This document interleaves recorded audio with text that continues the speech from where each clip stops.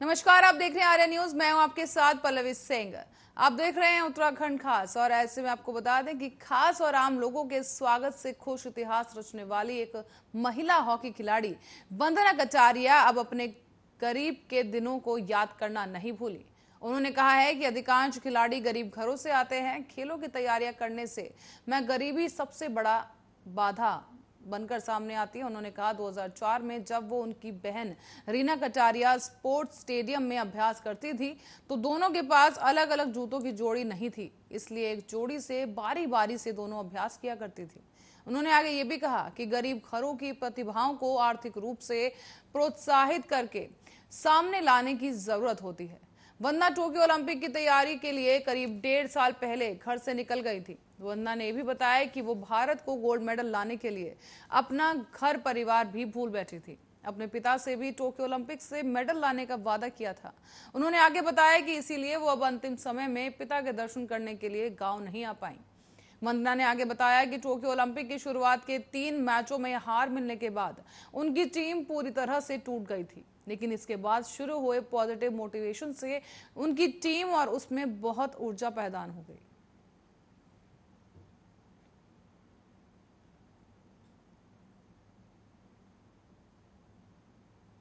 और उत्तराखंड के रुद्रप्रयाग जिले में देव सनातन बोर्ड की भंग करने को लेकर मांग को लेकर अब तीर्थ पुरोहितों ने आंदोलन तेज कर दिया है। केदारनाथ में बड़ी संख्या में तीर्थ पुरोहितों ने धरना प्रदर्शन कर सरकार के खिलाफ नारेबाजी की। तो वहीं अखिल भारतीय तीर्थ पुरोहित युवा महासभा के उपाध्यक्ष और केदारनाथ तीर्थ पुरोहित आचार्य संतोष त्रिवेदी ने प्रधानमंत्री को खून से पत्र लिखा है। इस दौरान उन्होंने तीर्थ पुरोहितों के हितों की रक्षा के लिए शीघ्र देव सनातन बोर्ड भंग करने की मांग की। आचार्य संतोष त्रिवेदी ने कहा है कि बीते 2 सालों से उत्तराखंड के चारों धामों में देव सनातन बोर्ड का विरोध चल रहा है और ऐसे में राज्य सरकार मौन बैठी है। उसे इस आंदोलन से कोई लेना देना ही नहीं है। तीर्थ पुरोहितों से कोई वार्ता नहीं की जा रही और इसी के विरोध में तीर्थ पुरोहितों की तरफ से ये पत्र लिखा गया और इसी के साथ ही विरोध प्रदर्शन अब तेजी के साथ किया जा रहा है। बताते चलें कि तीर्थ पुरोहितों से कोई वार्ता न किए जाने का आरोप सामने आया और केदारनाथ में बुधवार को अपने आंदोलन को उग्र करते हुए प्रधानमंत्री को खून से लिखकर पत्र भेजा गया है। कहा गया है कि सनातन धर्म की पौराणिक परंपराओं के साथ छेड़छाड़ किसी भी दशा में बर्दाश्त नहीं की जाएगी। बोर्ड के खिलाफ तीर्थ पुरोहितों ने आंदोलन तेज करने की भी चेतावनी दी है। कहा जा रहा है कि बोर्ड को भंग करने के लिए प्रदेश भर के तीर्थ पुरोहित सीएम आवास कूच कर अपना विरोध दर्ज कराएंगे।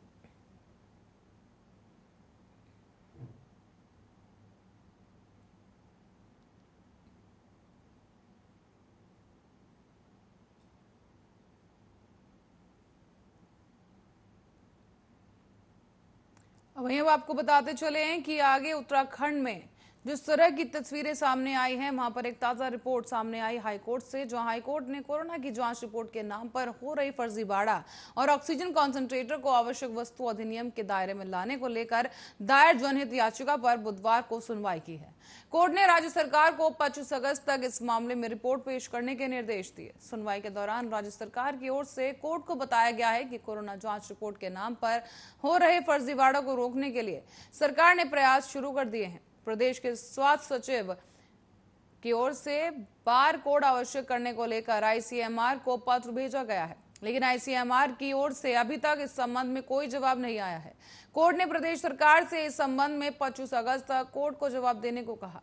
कुछ दिनों पहले ही राज्य की सीमाओं पर बाहर से आने वालों के खिलाफ अब चेकिंग भी तेज कर दी गई और चेकिंग के दौरान कोरोना की फर्जी जांच रिपोर्ट पकड़ में आई थी। इस मामले में हाईकोर्ट ने अधिवक्ता की ओर से लिखे गए पत्र का स्वतः संज्ञान लेते हुए इस मामले की जनहित याचिका में स्वीकार किया है।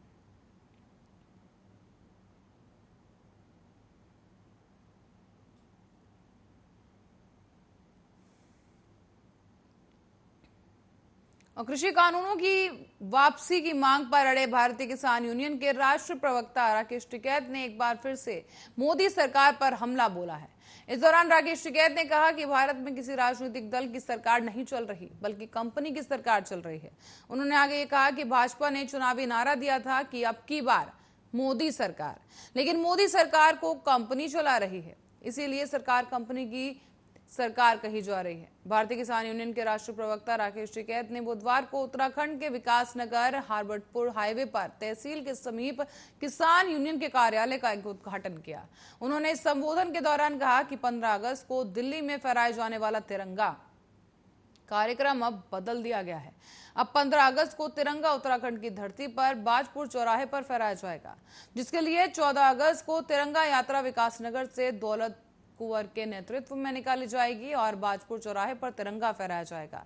किसान आंदोलन को लेकर टिकैत ने कहा कि ये हठ धर्मिता वाली केंद्र सरकार है जो किसानों की आवाज को दबाने का प्रयास कर रही है। किसान आंदोलन को तोड़ने का षड्यंत्र रचने का आरोप लगाते हुए भारतीय किसान यूनियन के प्रवक्ता ने कहा कि केंद्र सरकार तमाम कोशिशें कर रही है जिससे किसानों का आंदोलन तोड़ा जा सके।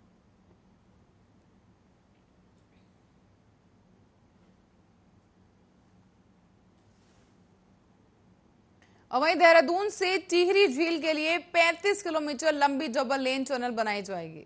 इस बन जाने के बाद से ही दून से टिहरी का सफर तय करने में 1 घंटे से भी कम का समय लगेगा। उन्होंने कहा है कि मौजूदा समय में देहरादून से टिहरी झील की दूरी 105 किलोमीटर के करीब है और पहाड़ी रास्ता होने की वजह से इस दूरी को तय करने में 3.5 घंटे लगते हैं।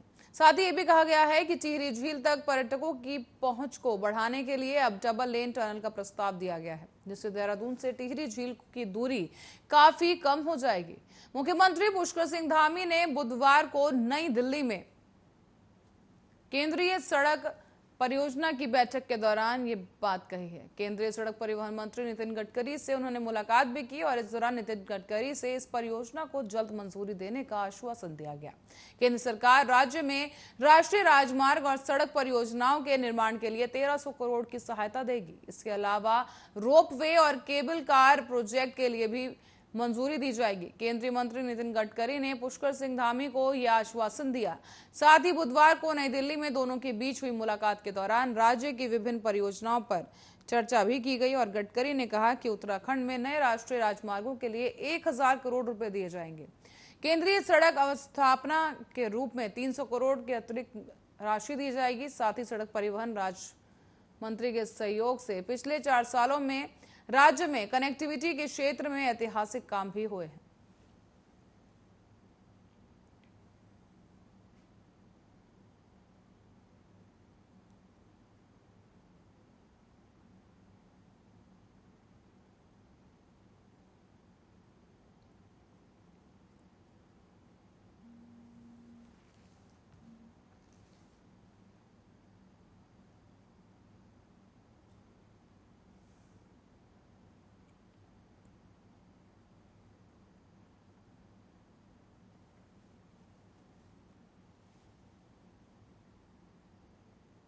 और हाईकोर्ट ने प्रदेश में पुलिस सुधार से संबंधित दिशा निर्देशों का अनुपालन नहीं होने का स्वतः संज्ञान लेकर सरकार को पूरक शपथ पत्र पेश करने के निर्देश दिए हैं। सुनवाई के लिए 1 सितंबर की तिथि नियत की गई है और इसी के साथ इस मामले की सुनवाई मुख्य न्यायाधीश न्यायमूर्ति RS चौहान और न्यायमूर्ति आलोक कुमार वर्मा की खंडपीठ में सुनवाई की गई। सुनवाई के दौरान सरकार की ओर से कोर्ट को बताया गया है कि पुलिस सुधार दिशा निर्देशों के संबंध में कमेटियों का गठन कर दिया गया है। कोर्ट की ओर से दिए गए अन्य दिशा निर्देशों का अनुपालन किया जा रहा है और साल 2013 में सुप्रीम कोर्ट ने पुलिस सुधारों को लेकर राज्य को कई दिशा निर्देश जारी कर उन पर अमल करने को कहा। इसमें पुलिस के रिक्त पदों को भरने, आंदोलन से कानून व्यवस्था के लिए होने वाली दिक्कतों से निपटने के तरीके दिशा निर्देश में शामिल है। प्रदेश में दिशा निर्देशों का अनुपालन न होने पर कोर्ट ने सरकार से पूरक शपथ पत्र मांगा है।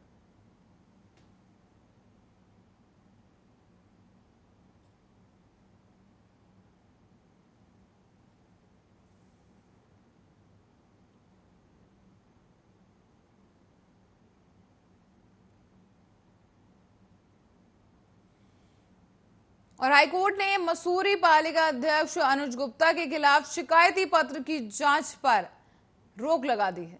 अगली सुनवाई के लिए 3 हफ्ते बाद की तारीख को तय किया गया है और मुख्य न्यायाधीश न्यायमूर्ति RS चौहान और न्यायमूर्ति आलोक कुमार वर्मा की न्यायालय में मामले की सुनवाई की गई। बता दें कि मसूरी पालिका अध्यक्ष द्वारा पेट्रोलियम कंपनी के पंप से अतिक्रमण हटाया जा रहा था। इसी दौरान पालिका अध्यक्ष के खिलाफ सरकारी भूमि पर अतिक्रमण कर कब्जा करने और नामांकन पत्र में गलत जानकारी देने समेत अन्य शिकायतें की गई। शिकायत को विधायक ने संस्तुति दी और डीएम और मुख्यमंत्री को पत्र भेज दिया।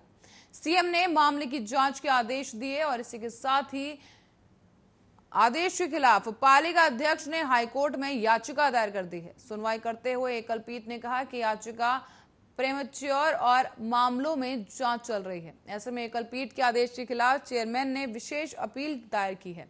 मुख्य न्यायाधीश ने खंडपीठ की पालिका अध्यक्ष के खिलाफ शिकायत पत्र की जांच पर भी रोक लगा दी।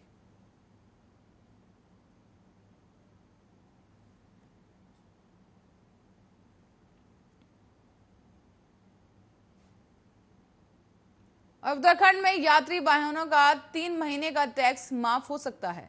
परिवहन विभाग ने टैक्सी माफी का प्रस्ताव वित्त विभाग को भेज दिया है और अगर सरकार प्रस्ताव को पास कर देती है तो प्रदेश में 1.5 लाख मोटर मालिकों को इसका लाभ मिलेगा। कोरोना काल में बस, टैक्सी, मैक्सी, ऑटो और विक्रम मैजिक का काम पूरी तरह से प्रभावित हुआ। अप्रैल महीने से कोरोना की दूसरी लहर के प्रकोप के चलते कोरोना कर्फ्यू भी लागू हो गया था, जिस कारण यात्री वाहनों का संचालन नहीं हो पाया। यात्री वाहनों के मालिकों ने सरकार से आर्थिक मदद और टैक्स में छूट के साथ ही किराया बढ़ाने की भी मांग की। सरकार यात्री वाहनों के ड्राइवर और कंडक्टरों को 6 महीने तक 2-2 हजार रुपए की आर्थिक मदद देने का शासनादेश कर चुकी है और अब टैक्स माफ करने की तैयारी चल रही है। बता दें कि परिवहन विभाग ने अप्रैल से जून तक का टैक्स माफ करने के लिए प्रस्ताव तैयार कर वित्त को भेज दिया है। कोरोना कर्फ्यू के दौरान जब वाहनों का संचालन नहीं हुआ तो उस दौरान का टैक्स माफ करने के लिए प्रस्ताव वित्त मंत्रालय को भेजा गया है। ये प्रस्ताव कैबिनेट बैठक में जाएगा और टैक्स छूट का फैसला कैबिनेट बैठक में किया जाएगा।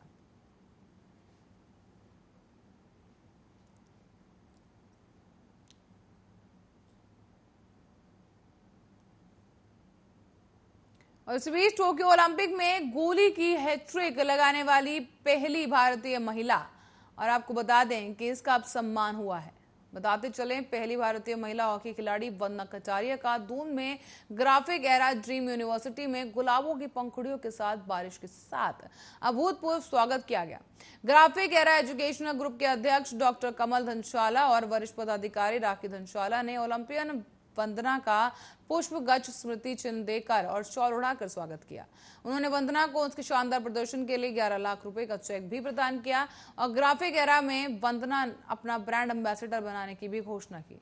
ओलंपियन वंदना कटारिया हरिद्वार से अभिनंदन समारोह में शामिल होने अपने परिजनों के साथ ग्राफिक एरा पहुंची थी, जहां आपको बता दें कि वंदना स्टेज पर पहुंची और उन पर गुलाबों की पंखुड़ियों की वर्षा की गई। सभागार में मौजूद लोगों ने खड़े होकर वंदना का अभिवादन किया है। साथ ही वंदना के पिता स्वर्गीय नाहर सिंह कटारिया को भी 2 मिनट का मौन रखकर श्रद्धांजलि दी गई। जबरदस्त स्वागत से वंदना काफी खुश हुई और इसी के साथ ही वंदना ने कहा कि उन्हें अंदाजा नहीं था कि यहाँ उन्हें इतना प्यार और सम्मान मिलेगा। जगह जगह लोग उन्हें देखने के लिए काफी उत्साहित दिखे। वंदना ने कहा है कि वो कठिन परिश्रम और फोकस रहकर ही इस मुकाम पर पहुंची हैं और युवाओं को भी वो यही सलाह देंगी कि अपना जो भी लक्ष्य तय करें उसे पूरा करने में जुट जाएं।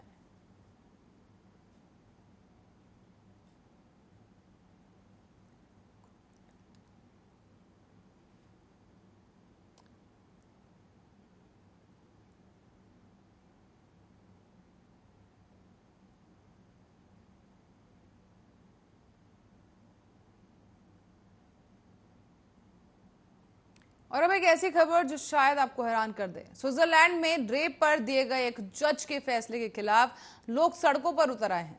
दरअसल पिछले साल हुए एक रेप केस की सुनवाई करते हुए जज ने आरोपी की सजा ये कहते हुए कम कर दी कि उसने महिला के साथ सिर्फ 11 मिनट तक रेप किया। जज के इसी फैसले के खिलाफ लोग सड़कों पर उतर आए हैं और जज से फैसला वापस लेने की मांग की जा रही है। एक रिपोर्ट देखिए।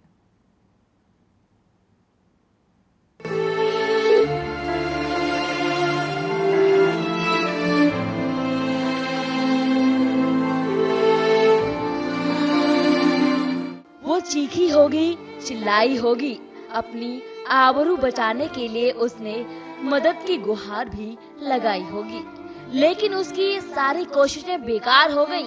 उसे उन दरिंदों ने पूरे 11 मिनट तक नोचा और इस मासूम की जिंदगी में 11 मिनट का कालापन छा गया। उन 11 मिनट के हर एक मिनट के 60 सेकंड में से 1 सेकंड में उसके दिमाग में सिर्फ एक ही बात होगी कि बस करो, कोई तो हो जो मसीहा बनकर आ जाए और तार तार होती उसकी आबरू को बचा ले। लेकिन ऐसा नहीं हुआ और हैरानी की बात तो ये है कि जब वो अपनी दर्द भरी दास्तान लेके इंसाफ के मंदिर यानी कि कोर्ट में गई तो जज साहब ने ये कहते हुए आरोपियों को बरी कर दिया कि रेप तो मात्र 11 मिनट हुआ ना। जी हाँ, सही सुना आपने, रेप सिर्फ 11 मिनट हुआ है और लड़की पार्टी में थी, ये कहते हुए स्विट्जरलैंड की कोर्ट ने आरोपियों को बरी कर दिया है। आइए पहले आपको पूरा मामला बताते हैं। दरअसल स्विट्जरलैंड में रेप पर दिए एक जज के फैसले के खिलाफ लोग सड़कों पर उतर आए हैं। दरअसल पिछले साल हुए एक रेप केस की सुनवाई करते हुए जज ने आरोपी की सजा ये कहते हुए कम कर दी कि उसने महिला से सिर्फ 11 मिनट तक रेप किया। जज के इसी फैसले के खिलाफ लोग सड़कों पर उतर आए हैं और जज से फैसला वापस लेने की मांग कर रहे हैं। डेली मेल की खबर के मुताबिक मामला 20 जुलाई 2020 का है। बेसल में रहने वाली 33 साल की महिला का आरोप था कि उसके घर के बाहर 2 पुर्तगालियों ने अटैक किया और उसे बंधक बनाकर रेप किया। आरोपियों में एक की उम्र 17 साल है और दूसरा 32 साल का बताया गया है। मामले पर फैसला सुनाते हुए महिला जज ने कहा कि सिर्फ 11 मिनट तक रेप हुआ, ये अपेक्षाकृत कम अवधि थी, इसलिए 32 साल के दोषी की सजा 51 महीने से घटाकर 36 महीने कर दी गई है। हालांकि नाबालिग को फिलहाल कोर्ट ने सजा नहीं सुनाई है। जज के इस फैसले के विरोध में अब लोग सड़कों पर उतर आए हैं। यही नहीं, जज ने कहा कि पीड़िता ने आरोपियों को सिग्नल भेजे होंगे, इसीलिए आरोपियों की हिम्मत बढ़ी होगी। जज ने कहा कि ये बहुत मामूली गलती है। बताया जा रहा है कि पीड़िता दोनों दोषियों से एक नाइट क्लब में मिली थी। जज ने कहा कि ये महिला आरोपियों से पहले नाइट क्लब में मिलती थी और टॉयलेट जाते समय उसने इन्हें सिग्नल दिया था। महिला जज के खिलाफ सड़कों पर प्रदर्शन करने वाली ज्यादातर महिलाएं हैं। उन्होंने इस दौरान 11 मिनट का मौन रखा। महिलाएं 11 मिनट बहुत ज्यादा होते हैं लिखे बैनर के साथ प्रदर्शन कर रही थी। रेप एक महिला के सिर्फ शरीर को ही चोट नहीं पहुंचाता है, बल्कि वो उस महिला को मानसिक तौर पर भी प्रताड़ित करता है। बलात्कार के बाद एक महिला बहुत ही मुश्किल के बाद अपने आप को संभाल पाती है। बलात्कार एक जघन्य अपराध है जो महिला के शरीर और आत्मसम्मान दोनों को चोट पहुंचाता है, भले ही वह कितनी ही देर के लिए किया गया हो। लेकिन इस तथ्य को किनारे करते हुए एक महिला जज ने रेप के दोषियों की सजा इसलिए कम कर दी क्योंकि उन्होंने सिर्फ 11 मिनट तक रेप किया था। ये फैसला सिर्फ सोचने पर मजबूर नहीं कर रहा है, बल्कि हैरान भी कर रहा है। हम यहाँ पर जज के फैसले पर सवाल नहीं उठा रहे हैं, हम सवाल उठा रहे हैं इस दुनिया से खत्म हो चुकी मानवता पर, बलात्कार जैसे संगीन अपराध में दिखाए जा रहे समय पर। Special desk, Aryan news.